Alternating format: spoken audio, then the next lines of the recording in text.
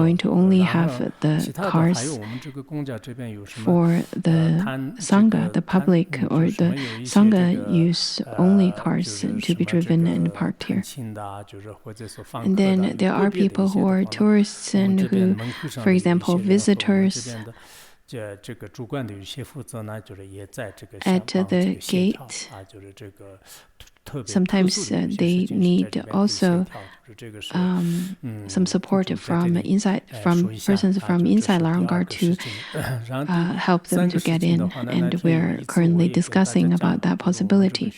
The third thing I've mentioned is that the lamas and jomos need some charity. The lamas and jomos propose that we should donate 1/10, correct? 1/10 or 1/100 of your whatever you receive from the alms to the charity. In the past, I thought if the sanghas, sometimes they themselves cannot get enough for their livelihood, so I oppose that idea. But through voting, that proposal was passed. So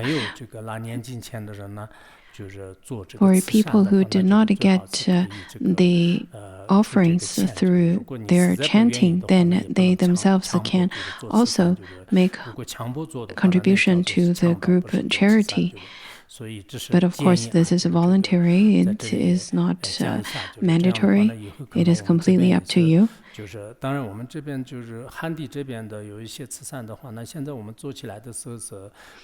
In terms of charity, in mainland China area, some of those progression of those charity work tend to be quite difficult to follow up. That is why the Tibetan lamas and jomos will take care of how the charity money would go to and where it would go to. And we have to pay attention to the law, to the bylaw, and we have to pay attention to how it would be more skillful for us to contribute to various kinds of charity work. Otherwise, it can become something that would influence you, and sometimes it would even lead to the consequence of being locked up in prison. So you probably don't want to do that at all. Under various kinds of policies, regulations, and bylaws, I think it would be better for the Tibetan lamas to take over. So I told them that it would be good to pay attention to, for example, life releasing, fundraising, and all of these kinds of things. Because if one were to release life at inappropriate place, or the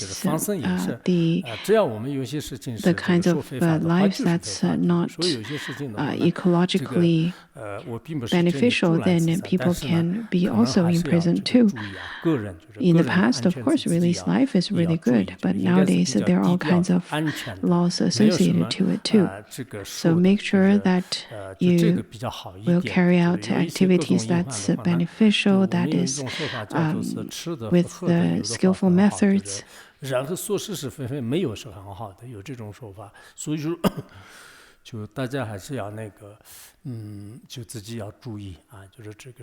So please be careful. This is the third thing. And then the fourth thing is that the relevant management team, when it comes to carrying out your tasks, I think it's better for you to be more detail-oriented. I've noticed that the details are not taken care of. For example, I've brought up some really small requests, and I've noticed that people are not very detail-oriented. For example, now it is summer, yet at the gate of the hotel, there is still a sign left from the last winter saying that be careful of the black ice. Wow, how could there be black eyes right now? 你们先暂时不要贴，就是明天那个这个明天 And then there are signs left from the Dharma assemblies before, and there are signs that's 不关注还是使这个看不见还是什么的，就是所以说有些我们这个 posted too early, and I'm not so sure if the relevant team members or relevant management team are not paying attention or not. Something seems to be quite small and very simple. For example, now we're open, yet people still kept those signs of it is closed during COVID. So these kinds of signs are really not appropriate at this period of time. Well, whenever people come to pay a pilgrimage visit, and then they can see black eyes in summer, those signs posted on the door. It's really hot. It's really hot today, isn't it? So could you open the window? Maybe there is some black ice outside, but it's really hot over here inside the shrine hall. The ice must be melted by now, isn't it?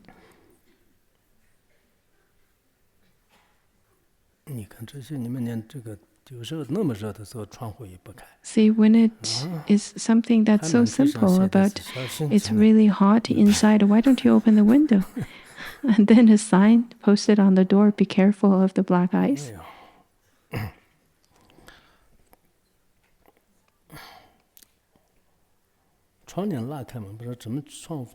And can you open up the curtains? Otherwise, what's the point of opening the window?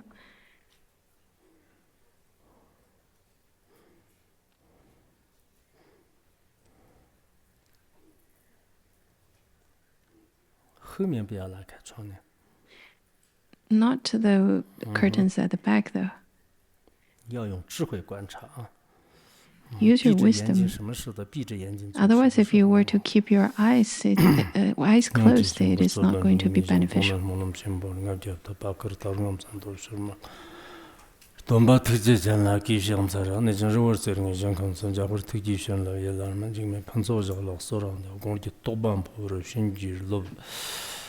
The surpassed profound and wonderful Dharma is difficulty encountering billions of eons. I now see it, hear it, receive, and uphold it, about to fathom the truth of its true meaning, to liberate all beings. Let's generate the supreme bodhicitta. Let us begin our class on the Surangama Sutra. There will be no class tomorrow, and our next week's schedule will be the same as the previous class, the previous week. We should have class if there are any exceptions. There will be further announcements. The classes are still on the Wish-Fulfilling Treasury and the Surangama Sutra. Currently, in the Surangama Sutra, we have already studied that Venerable Purna posed a few questions, about 5 to 6 questions to the world honored one. And then the Buddha will reply those questions to Venerable Purna. He said, well, listen carefully, listen attentively. I will now expound these teachings to you. Venerable Purna listened reveredly and silently. Now the Buddha continue to reply the questions that's posed by Venerable Purna. That's what we're going to cover today. The content today, I think, would be a little bit difficult to understand, but it's so crucial since we know that Surangama Sutra is a Sutrayana teaching. It is a sutra, but the teachings that's included are the profound teachings of Vajrayana or of Dzogchen. Part of it is from Dzogchen. when omniscient Mipa Rinpoche and Longchenpa describes or explains the teachings of the 17 great tantras, they would often talk about the ground and the ground manifestation. At the time when there's the manifestation of the ground, if one can recognize one's own true nature is just like Samadhabhadra, then one would be able to attain enlightenment right at the ground. If one cannot recognize it, but from the basic ground there manifested confusion, then that is called the co-emergent ignorance. At the time of not recognizing one's true nature, yet to grasp onto the external phenomenon is called imputational ignorance, and one would continuously to stray into samsara. At that time, not recognizing one's own mind is called the single-natured ignorance. In the Tantra, there are the descriptions of the 3 different types of ignorance which led sentient beings to continuously stray and continuously drift in samsara. When we talk about the ground and the ground manifestation, the samsara and nirvana and the differences in between, there are lots of theories being described in the Tantra, as well as direct pointing out.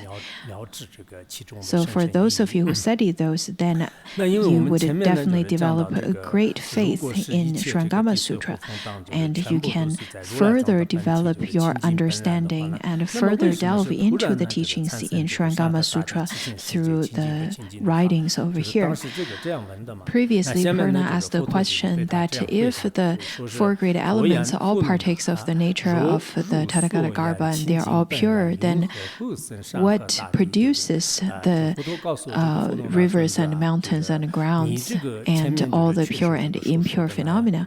The Buddha then replies in such a way. The Buddha said, Purna, you have asked why in fundamental purity the mountains and rivers and the great earth suddenly arise.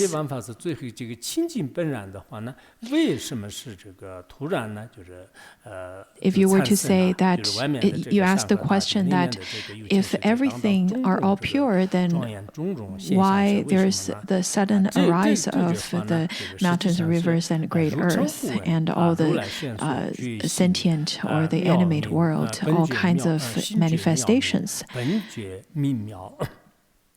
And then the Buddha continued to say that, have you often heard that thus come one expound upon the wonderful light of the enlightened nature and the bright wonder of the fundamental enlightenment? Now, these 2 terms that's used over here, the wonderful light of enlightenment and bright wonder of the fundamental enlightenment, are the ones that the Buddha usually would expound and teach about in the sutras that explains the ultimate truth. The wonderful light of enlightenment refers to the nature, the bright nature, and then the bright wonder of the fundamental enlightenment is to realize that bright nature. The wonderful light and bright wonder, according to the Chinese translation, since there are 2 different words, 2 different terms, but the meaning there, in terms of the meaning there, they both mean luminosity or light, and in the Tibetan translation, they're both luminosity over here.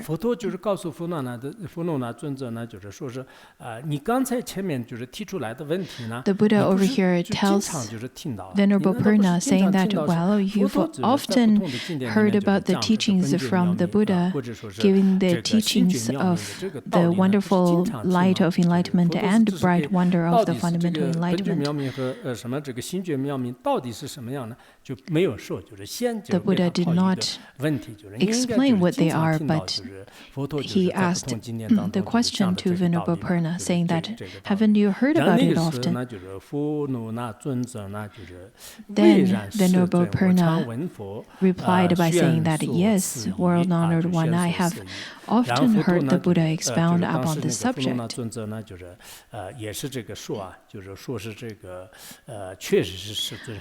Venerable Purna said that, yes, I have often heard the Buddha expound on the wonderful light of enlightenment and bright wonder of the fundamental enlightenment.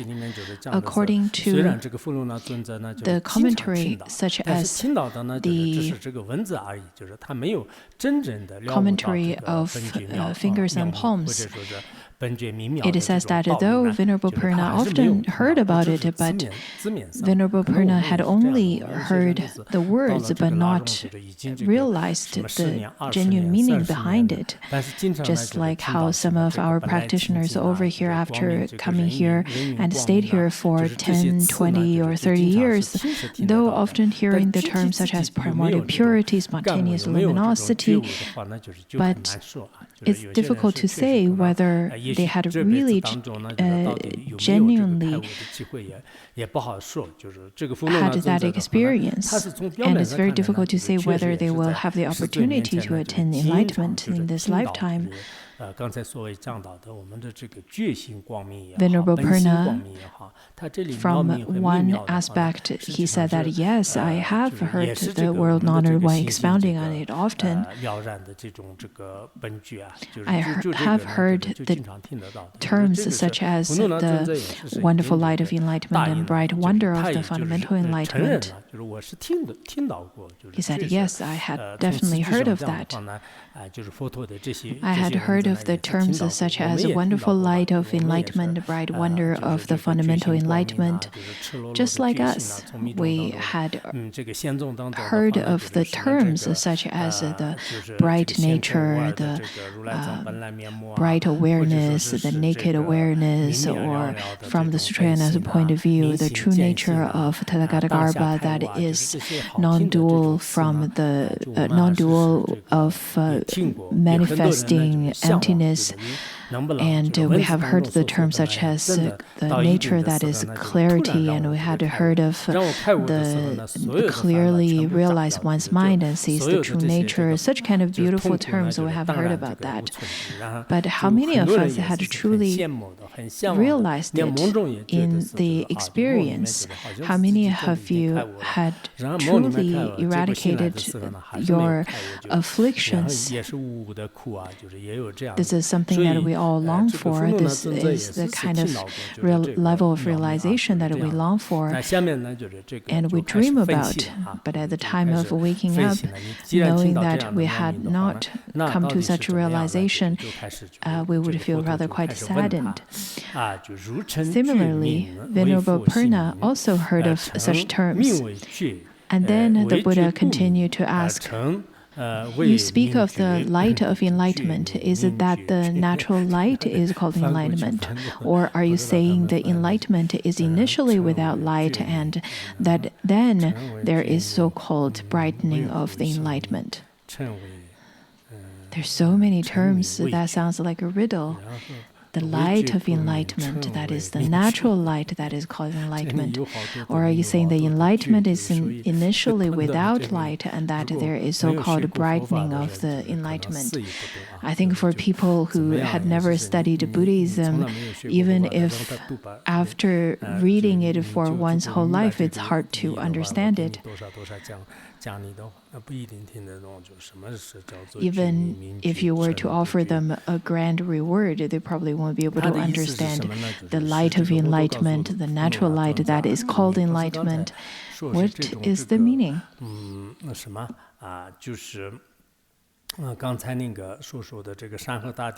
The Buddha told Venerable Purna As he stated yesterday, that the mind is luminous awareness, and this is the kind of natural awareness that's been expounded. Such kind of awareness is all-pervasive, and this awareness is pure and primordial. After stating all such, this kind of luminous awareness, is it existent or not existent? The Buddha will start to give the direct pointing out through asking questions to Venerable Purna. He said that this light of enlightenment, is it that the natural light is called the enlightenment? Is it unconditioned? Is it that your mind the mind always has such nature of luminosity, therefore it is called awareness? Or is it that you're saying that enlightenment is initially without light, and then later with your practice and with your exertion, with your study, and then there is the so-called brightening of the enlightenment. So at the beginning, it was not bright, it was not luminous, and then later, through your practice, it becomes luminous and becomes bright. When you say this luminous awareness, when you speak of this light of enlightenment, what is it that you are speaking of? The Buddha started to corner Venerable Purna to further question him about this bright light of enlightenment. Whenever we talk about bright, whenever we talk about dark, in fact, the majority of the time and the majority of people would speak of it from the conceptual point of view. And it is not the ultimate understanding of such kind of brightness. Especially when it comes to the Shravaka practitioners, most of them would still grasp onto the literal meaning or grasp onto the conception and the characteristics. Then Venerable Purna said that if the absence of light is called enlightenment, then there is no light whatever. If this enlightenment were not bright at the beginning, if it were not light, if there was the absence of light to begin with, then there is no light whatsoever. If you were to say that it started off from being bright, then it will continue to be bright all the way till the end. What's the point of practice? So in his opinion, that at first it was definitely not bright, and there's the absence of light to enlightenment, and the sentient beings were very confused, and through their practice and through the direct pointing out, they would be able to attain the bright enlightenment that is appropriate. Otherwise, if there were light to begin with, the sentient beings no longer need to go through the studies. So there are two questions. Was this enlightenment bright from the start, or did it gain light after practice? As you know, for the Shravakas, after understanding the nature of ignorance, and then through their study and through the truth of path, after they've extinguished the affliction, which lead to the realization of the truth of enlightenment, or truth of cessation rather, that is what the Shravakas would consider as light, as luminous. So the Buddha told Venerable Purna, saying that if you were to say that there was no light at the beginning, then there is no light that is called enlightenment. If there is no bright enlightenment without light added to it, then there is no enlightenment with it. Because if you were to say that if there is no bright in the enlightenment, then even after, it doesn't matter how much you practice, there would be no light no bright enlightenment at all. There would be no light to it. It's just like asking a person to wash a piece of black coal and wishing it to become white. There's no possibility for a piece of black coal to become white, so it is not possible. If you were to say that there is no bright enlightenment, just as what you stated before, at the beginning, if you were to say that beginning there is enlightenment and then later there is the brightness after practice, in this way you're saying that the nature of it is not enlightenment. Because if you were to say that there is the light and there is the thing that to be lightened, then the nature is no longer enlightenment. It is without enlightenment. If it is without to be lightened, without the thing that is to be lightened, then the nature is not brightened anymore. The enlightenment doesn't uphold the nature of brightness anymore. It is just like a light bulb that we have. The light comes in after. It is manufactured afterwards, and the nature of the light bulb is not bright. But there are the things that oppose the nature to illuminate, such as the wish-fulfilling jewels, such as the sun and moon. Light just naturally comes within this, and that's the nature of them. If you were to think that at the beginning of it, the enlightenment is not bright, it becomes bright later, then the nature of it is without enlightenment, without bright, which is not reasonable, because without brightness, without being aware, and without clear realization, without a sense of clarity, that is not possible. How could realization, how could enlightenment be without clarity and brightness?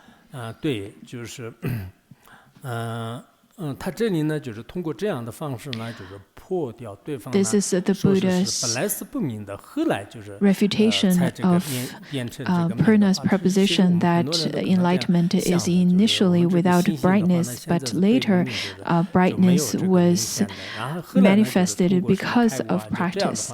Many people probably feel the same way as Purna, because we probably feel that at the beginning we are ignorant without brightness, and then later through practice and through Dharma, then we can attain enlightenment. It is just like turning on the light, switch on the light, and then you can see the nature. But this is really something that you can speak of it in front of our conceptual mind. If this is something that you can converse only on the conceptual level, you can speak of it on a conventional level, but in actuality, our nature is luminosity. We're simply re-recognizing it. We're simply re-understanding it and re-seeing it. Other than that, there is no such thing as bright or not bright.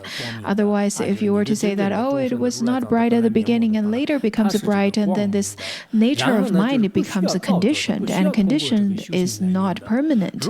But the true Buddha nature and true Tathagata is permanent, it is ethereal, it is not changing. So you can see that there are lots of conflicts if you were to agree with Venerable Purna. Especially if you have already developed some kind of experience or insight of the nature of mind, though you may not be able to express it, but you would definitely be able to understand it. And then the Buddha continued to say that the nature of enlightenment is essentially bright.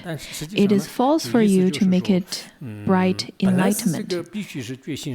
Over here it says that your nature, your enlightenment must be luminous, and all of the nature of the sentient beings, the Tathagata is luminous. It is without manufacture, it is without any diligent exertion, it is not through any practice. If you were to think that it needs to be practiced upon, and then there is the light on top of it, that is not the true luminous, that is not the true brightness.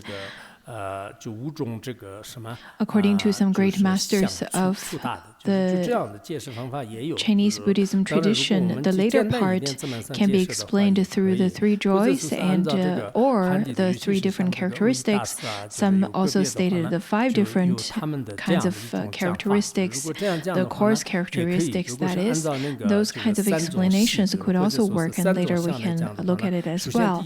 Especially according to Master O.E., they have a particular way of explaining it. For example, the three joys and the three characters.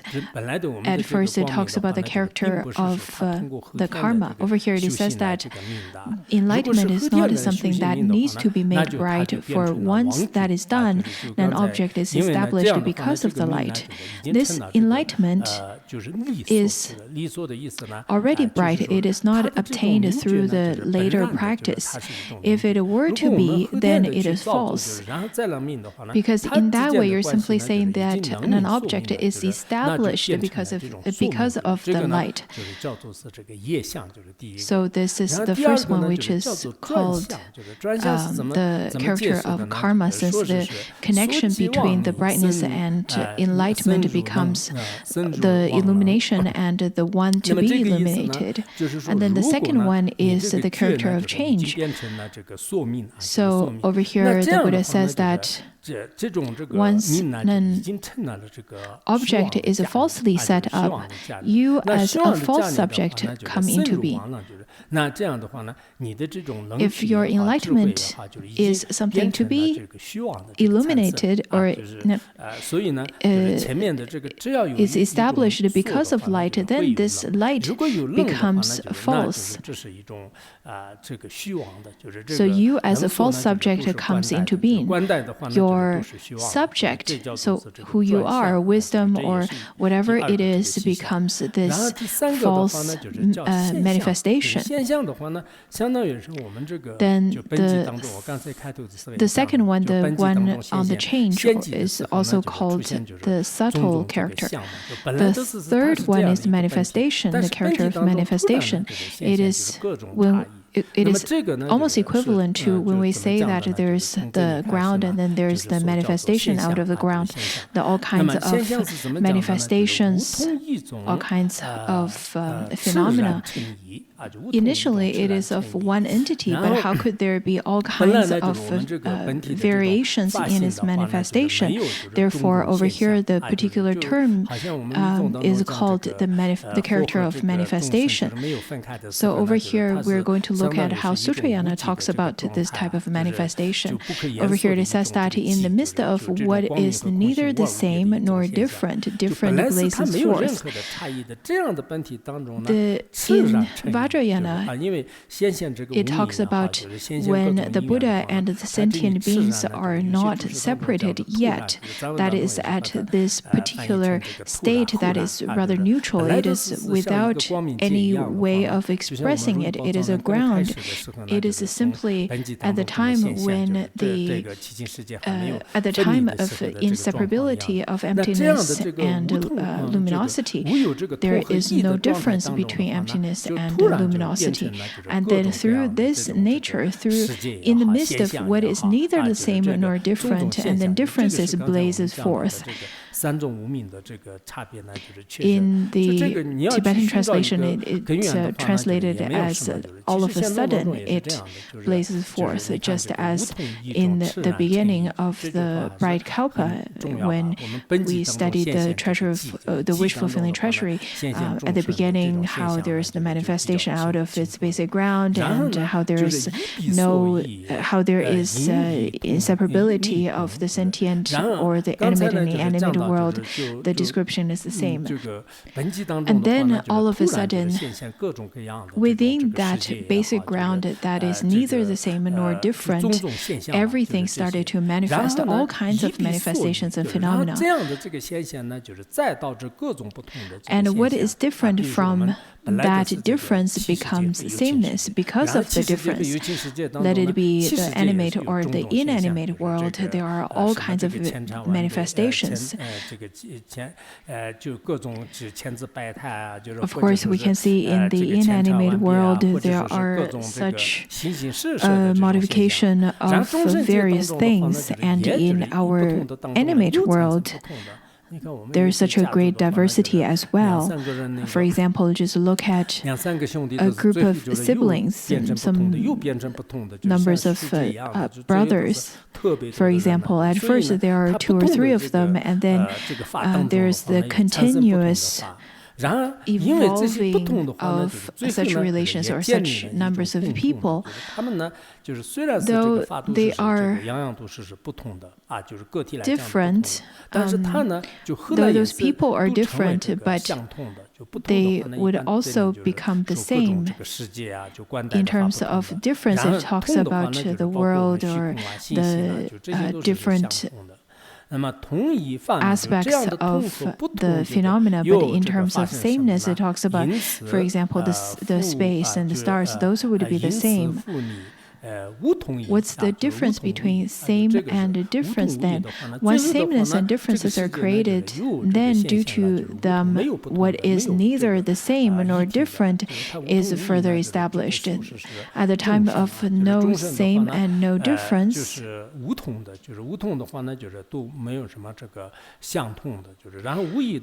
not the same refers to the sentient beings because there's nothing the same, and no difference. What is no difference? Including the dispositions and the leanings of each sentient beings, though very different. But there is something that is the same about them or not different about them. What is that? That is the Tathagata, that is the Buddha nature, that is the nature which is clarity and luminosity. That is the same. Once sameness and difference are created, then due to them, what is neither the same nor different is further established. Now it may seem to be very complex and it may feel quite difficult to understand, but when you really think about it, we would be able to know that this is the beginning, this is the source of all the manifestations. Because of different causes and conditions and the variety of causes and conditions, therefore the variety of manifestations. But out of all the variety of manifestations, there is something that we commonly share.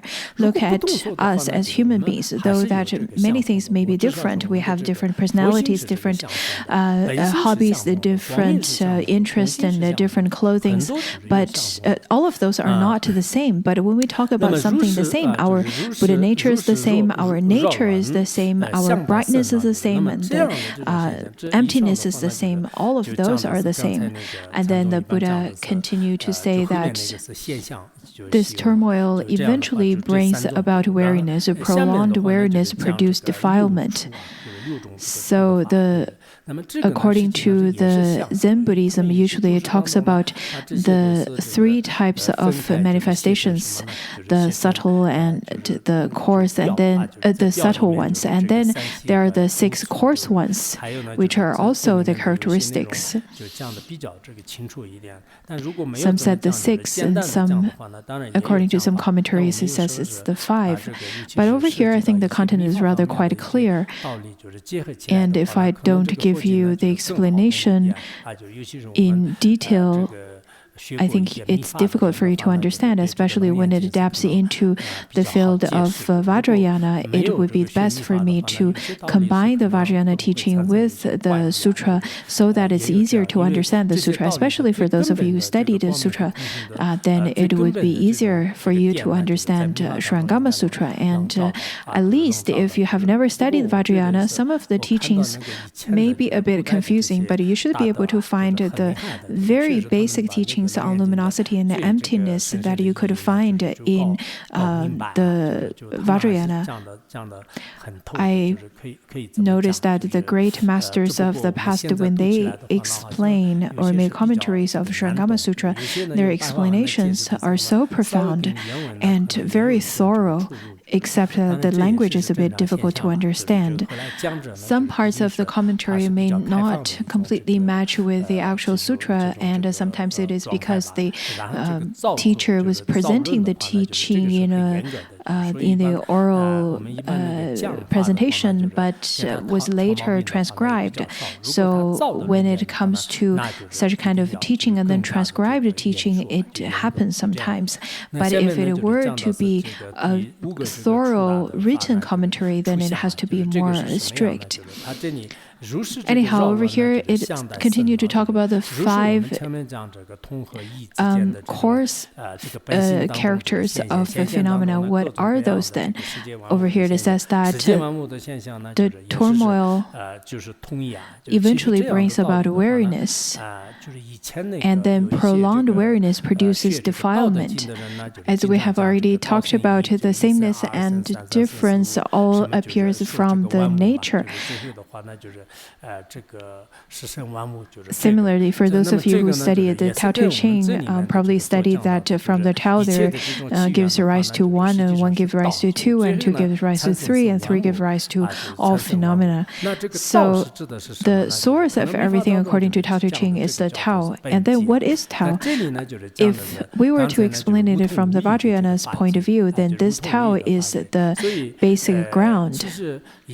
And then this world that is neither the same nor different. Some of the great masters of the past talked about the Tao or the ground, or within that field of without the same nor difference, all kinds of different dharmas would blaze forth, would manifest.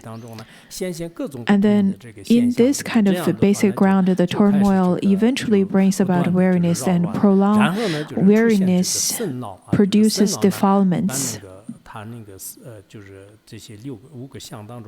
Out of the 5 characteristics, it is called the characteristic of wisdom,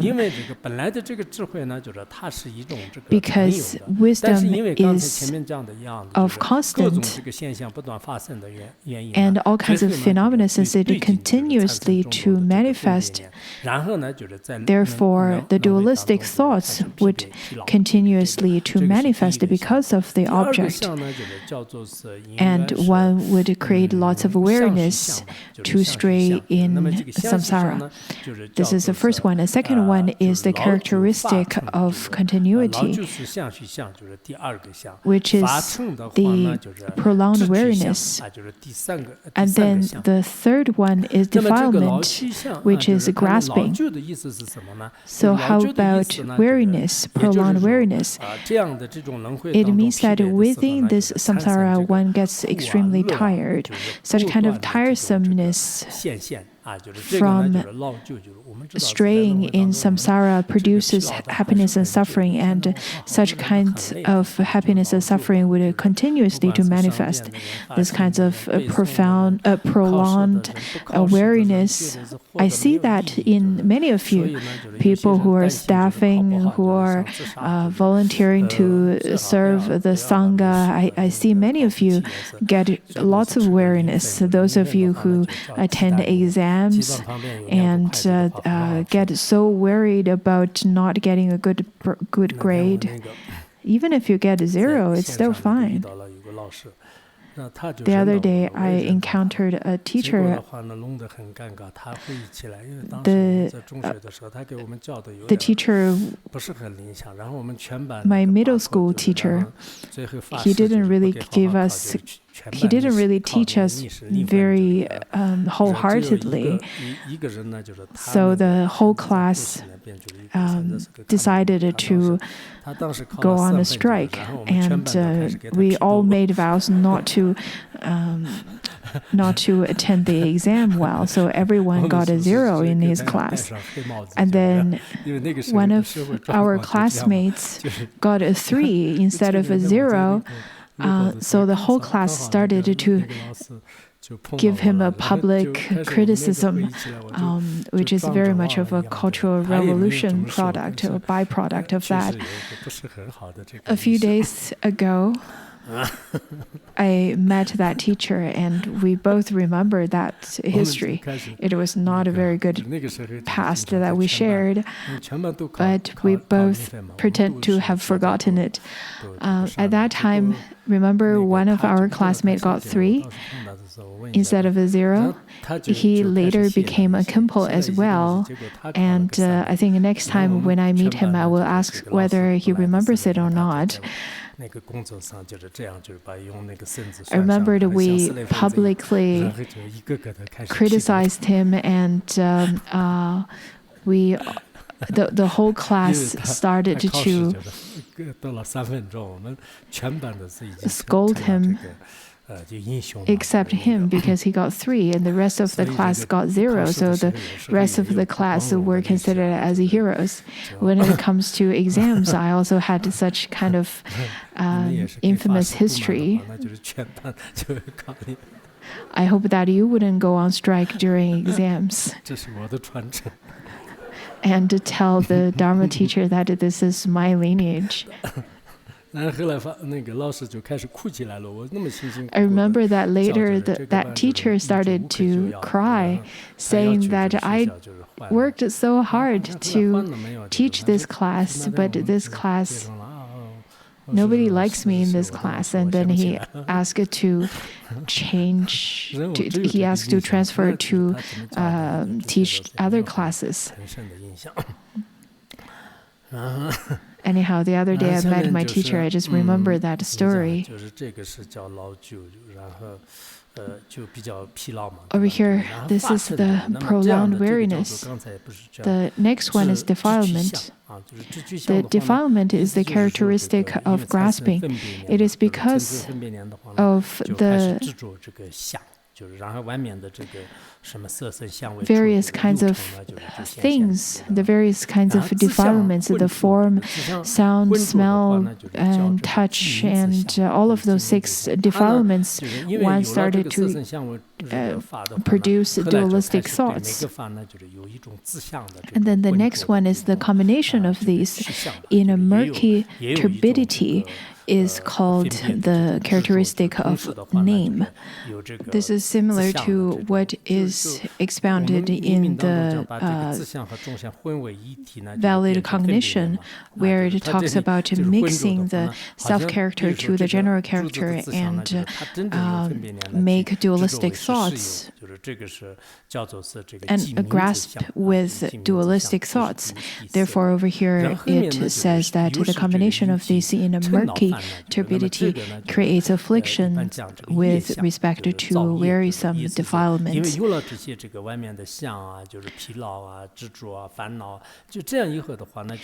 that is the 5th one. Upon grasping on all of those, one would have all kinds of afflictions, create all kinds of karma, and have all kinds of weariness, which then would manifest into the suffering and afflictions within samsara. There are the 6 characteristics. The first one is of knowledge, and second one of continuity, and then the third one of grasping, then the next one of name or reckoning name, and then the arisal of karma. That's the 5th one, and there's the 6th one, which is suffering bound to karma. And let's look at the next part where the Buddha says that arisal is the world, stillness is emptiness, emptiness is sameness, the world is difference. What is neither sameness nor difference is actual conditioned dharma. So over here it talks about, because of all the previously stated, now there is the arisal of the world, which is all kinds of phenomena. And in this world there is the animate and then inanimate world.